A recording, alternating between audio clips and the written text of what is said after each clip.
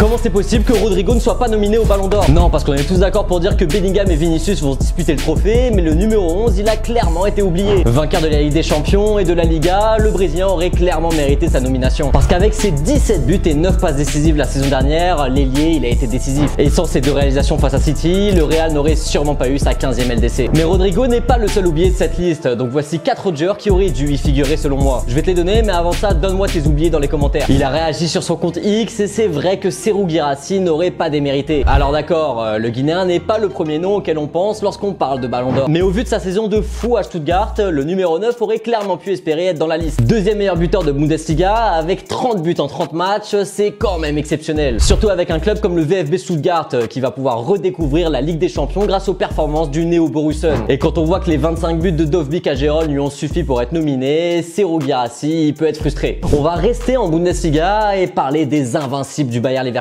Si Florian Wirtz et Alejandro Grimaldo y figurent, Jeremy Frimpong est passé à la trappe. Et pourtant, le néerlandais a été tout autant essentiel que son coéquipier sur le côté gauche. Et je pense pas que l'Euro ait changé quoi que ce soit, puisque Grimaldo n'a passé que 114 minutes sur les terrains. Bref, je pense qu'avec ses 14 buts et 12 passes décisives pour un piston droit, Jeremy Frimpong aurait clairement dû être nommé parmi les 30 meilleurs joueurs du monde. Direction l'Angleterre maintenant, où Mohamed Salah est lui aussi absent. Alors d'accord, Liverpool ne sort pas de sa meilleure saison, mais l'Égyptien a clairement porté les siens en attaque. 28 implications de but la saison dernière, les Reds lui doivent clairement leur place sur le podium. Et encore, on ne compte que la première ligue, puisque si on étend sur toutes les compétitions, son total s'élève à 39. Bon, sa blessure qui l'a privé de la CAN et l'absence de Liverpool en Ligue des Champions lui ont sûrement coûté sa place. Pour le dernier oublié de cette liste, on va retourner en Allemagne. Ouais, c'est là qu'on se rend vraiment compte que la Bundesliga, elle est pas respectée du tout. Bon, le Bayern Munich aussi sort d'une saison très compliquée, mais Jamal Musiala aurait clairement dû figurer dans cette liste. Surtout quand on sait à quel point l'Euro a compté dans les nominations, il y a juste à voir Dani Olmo. Et le numéro 10, il a clairement réalisé une grosse compétition avec 3 buts marqués. Et au-delà d'être l'un des meilleurs dribbleurs d'Europe, Musiala est un créateur de danger permanent. Dès que le faux follet touche le ballon, on sait que la magie va opérer et qu'il va dynamiter le match. Mais bon, à 21 ans, l'Allemand a tout le temps pour être nominé, voire même de prendre le Graal. Bref,